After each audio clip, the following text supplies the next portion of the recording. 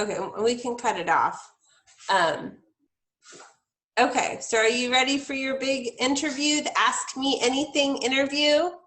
Sure, why not? Okay, great. So I've got the questions all lined up over here. Right.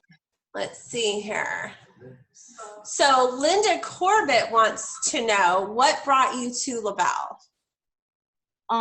My present husband was already down here, and he contacted me after my husband had died in Maine and asked me if I wanted to come down and visit for a while, and I did.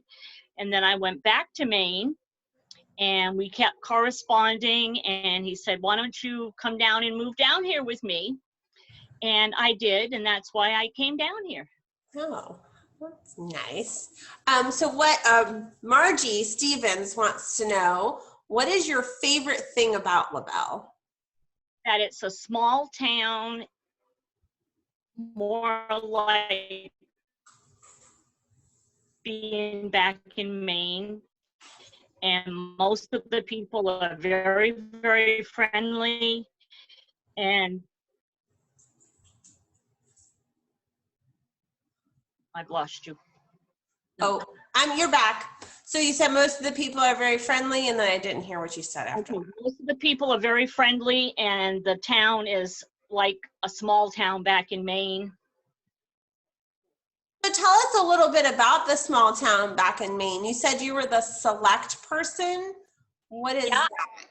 Well, a select person is underneath the town manager, we had 5 selectmen on a committee. We met twice a month to run the business of the town. I served 3.5 terms, which were 4 years on each term. Oh, wow. That's a long time. Yeah, I was the only woman on there for quite a while. I used to go to all the meetings, and I always was very outspoken at the meetings, and the guys kept telling me, you need to be on the other side of the table. So I ran and got elected. That's cool.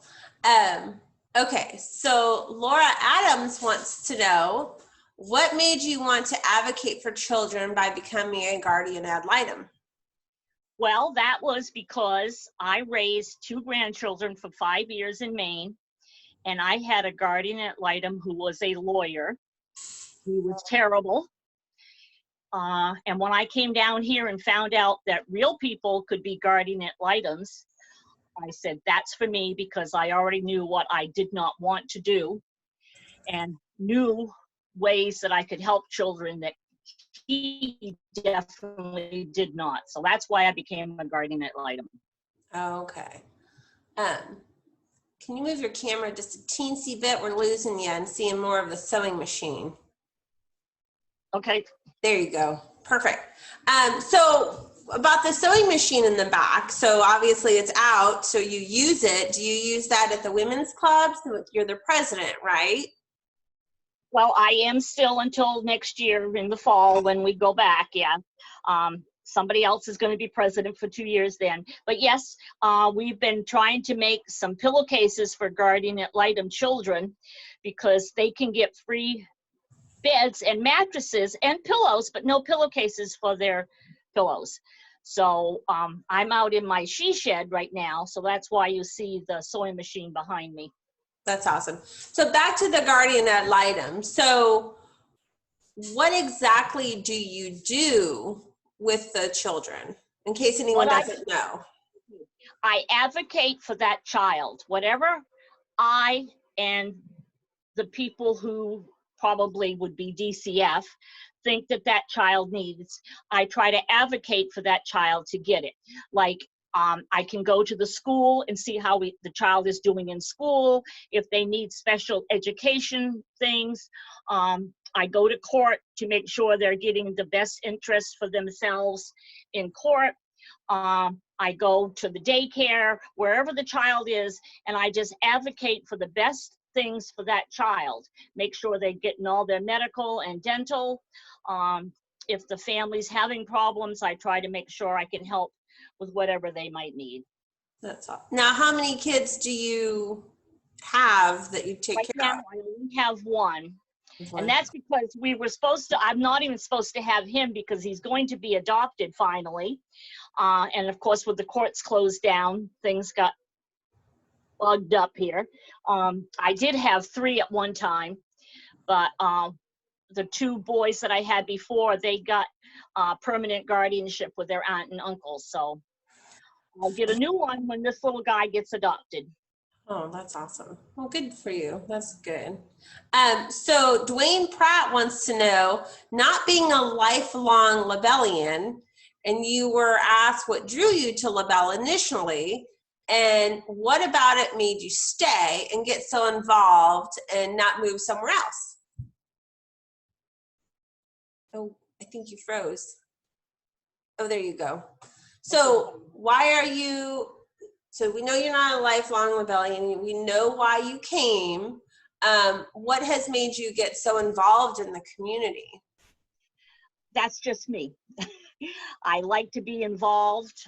When I came down here, Michael was afraid that I'd be bored to tears because I was in so many things in Maine, and then being on the Board of Selectmen, having to do with that. He just thought that I would be bored, but I like to keep busy. I like to have my finger in a few little things here and there, and maybe I'll even try to do something in the government down here later on. Okay, so you're with Guardian Ad Litem. You're a board member on LDRC board. Now you're a queen of the Red Hats. Is that correct? Yes, I am the queen of the Red LaBelle-ish girls here in LaBelle.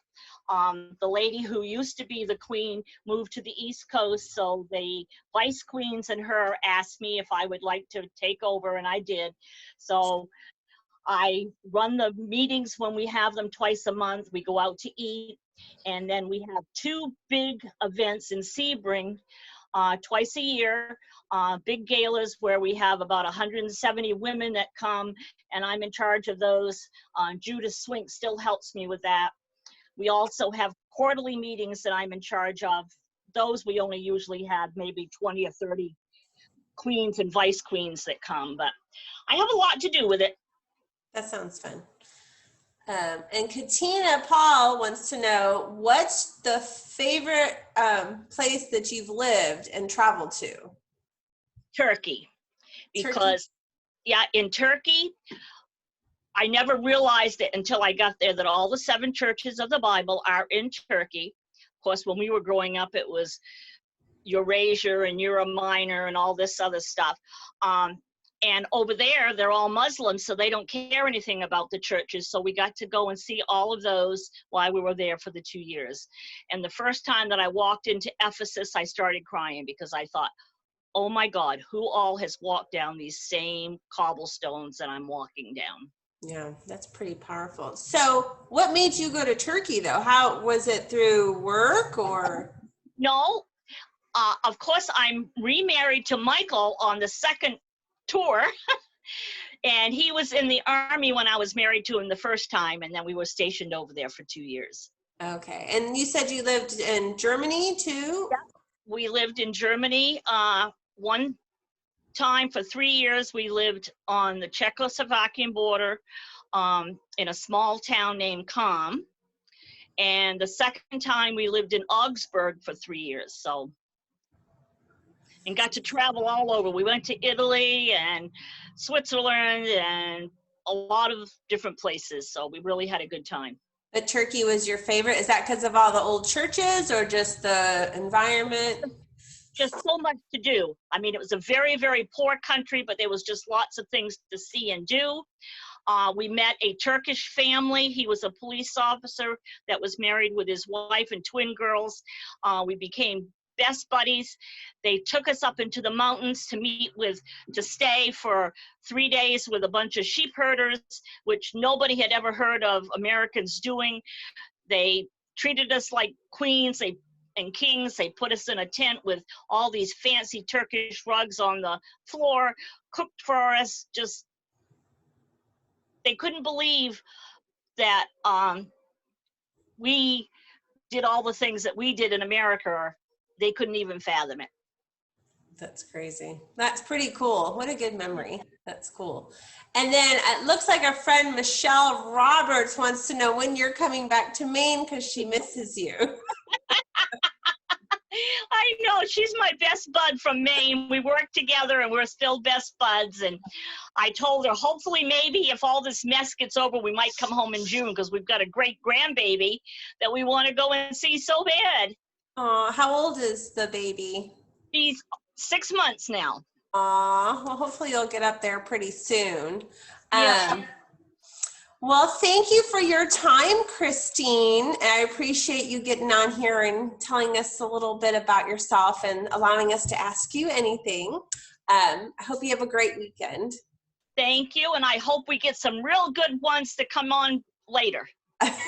You've been great. Thank you. Okay, bye-bye. Bye.